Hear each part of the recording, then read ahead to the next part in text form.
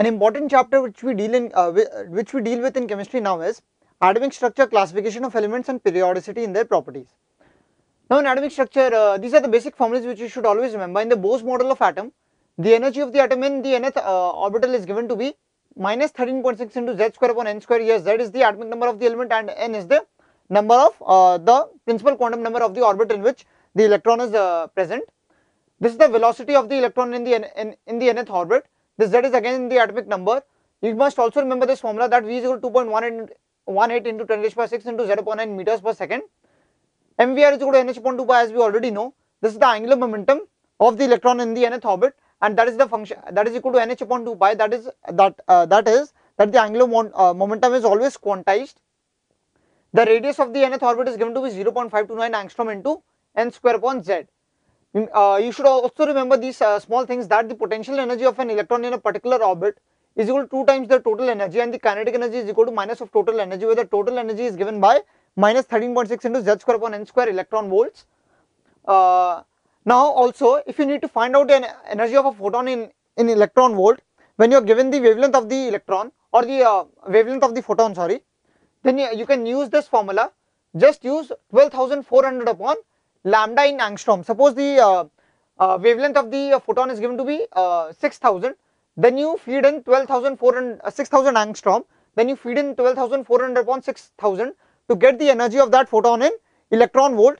These are the some of the small formulas which you should remember for solving out the questions easily and faster. So we begin with our questions now. Now here's our first question. We have been given that 1 mole of helium plus ions is excited. 50% of the ions are in the second excited state. The rest 25% are in the first excited state, and the last 25% is in the ground state. We need to find out the total energy evolved when all ions return to the ground state. So this is a pretty simple question if you know the energy level diagram for helium plus ion. Helium plus ion is a single electronic species that is similar to hydrogen atom, and we can apply Bose theory to this atom. You must also always know how to draw the energy level diagrams properly. Let this be the n is equal to 1 state, and there's one more thing you should remember or notice carefully in this question. We've been given second excited state, so always be careful when the word excited state is written. Whenever there is written excited state, it means n plus 1th state, that is the second excited state is equal to the third state, the first excited state is equal to the second state, n is equal to 1 is known as ground state. So this is equal to n is equal to 1, here we have n is equal to 2, here we have n is equal to 3, and subsequently n is equal to 4. You must notice that the gap between the two levels keeps on decreasing as we go upwards. N is equal to 5 will be something like this. So the energy level diagram should always be drawn properly like this, with gaps reducing constantly. This gives you an idea of actually the energy difference between the two levels. The energy difference between n is equal to 2 and n is equal to 3 will be smaller than the energy difference between n is equal to 1 and n is equal to 2. You can also check that. Let us find out the values of the energies first. We know the energy to be equal to minus 13.6 electron volt into z square upon n square. Z is equal to 2 for helium, therefore 2 square upon n square, that is equal to minus 54.4 upon n square electron volts. So we get the energy for the first level to be equal to minus 54.4 electron volt. The energy for the second level comes out to be minus 54.4 upon 4, that is equal to minus 13.6 electron volts. The energy for the third level comes out to be equal to minus 6.04 electron volts. We do not need the energies for the other levels, so we do not calculate them. Actually, you should also remember the energies of the first few levels of at least hydrogen and helium plus ions. So you should remember these energies actually minus 54.4, minus 13.6, minus 6.04. It just helps in doing the calculations faster. So let us solve this question. We have total of 1 mole ions, out of which 50% is in the second state, second excited state, that is the third state. That is, we have 0.5 moles of ion here. We have another 0.25 mole of ions at this state, and another 0.25 mole of ions in the ground state. So nothing happens to these 0.25 mole ions, so we forget them because they remain in ground state. Now when the ions come from the n is equal to 2 to n is equal to 1 and n is equal to 3 to n is equal to 1, they release some energy, because n is equal to 3 is a high energy state, then n is equal to 1, minus 54.4 is, mind you, is smaller than minus 6.04 or minus 13.6. So this is the lowest energy state because it is closest to the nucleus, therefore this is the lowest energy state, and the atom is and the electron will be more stable over here.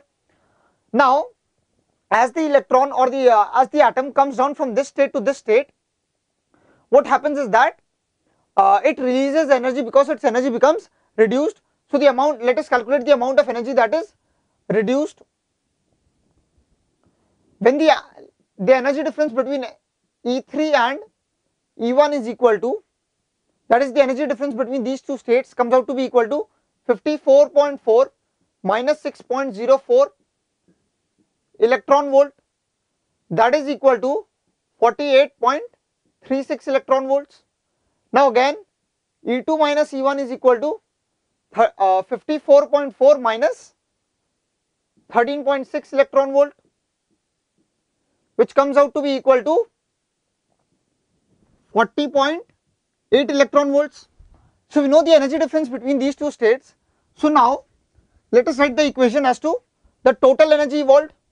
If one atom, if one ion would have reduced from E3 to E1, the energy evolved would have been this, but we have 0.5 moles of ions coming down from 3 to 1, therefore this becomes 0.5 into Na into 48.36 plus 0.25 into Na into 40.8 electron volts.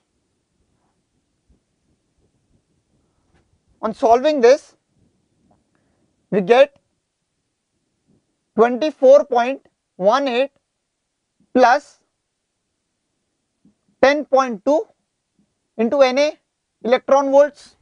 Now 1 electron volt is equal to 1.6 into 10 raised to minus 19 joules.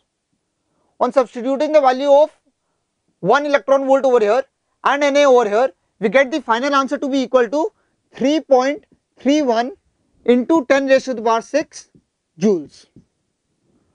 So final answer for the total energy evolved when all ions return to the ground state comes out to be equal to 3.31 into 10 raised to the power 6 joules. So the important thing which you should have learned from this question is how to draw the energy level diagrams, and you should remember the energies of at least the first 2-3 energy states. So final answer comes out to be equal to 3.31 into 10 raised to the power 6 joules.